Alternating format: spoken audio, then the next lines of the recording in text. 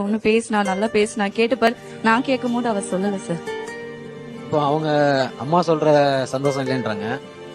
நாளைக்கு நல்ல இடத்துக்கு கட்டி கொடுக்கணும்னா அவங்க வேலைக்கு போகணும். அவள குழந்தைக்கு வந்து அவளுடைய மொத அவ எப்ப பேசினா, அவளுக்கு பல்லு முளைச்சது எப்பன்னு உங்களுக்கு தெரியுமா? நீதான் திருவிழாவுக்கு போறதுக்கு நகை வேணும்ன்றாங்க. நம்ம சம்பாதித்ததுல கம்மியா இருக்கும்போது அவங்களுக்கு நகை எடுத்து அவங்கள சந்தோஷப்படுத்தணும்.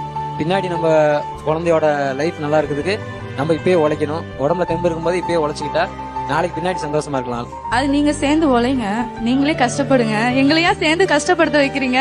எனக்கு வந்து சம்பளம் கம்மியா இருக்கு, அது ரொம்ப கஷ்டமா இருக்கு குடும்பத்தை ரன் பண்ண. அப்போ உன் சம்பளம் காசு நீங்க கல்யாணம் முடிக்கும் போதே யோசிச்சிருக்கோம்.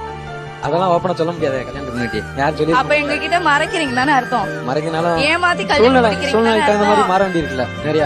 எதுக்கு அப்படி மறைக்கிறீங்க? நம்ம ஒய்ஃபை கல்யாணம் ஒய்ஃபை வச்சு முன்னேறிடலாம்னு ஆசைப்படுறீங்களா? அது எந்த நம்ம தான் நம்ம முன்னேற போறோம்.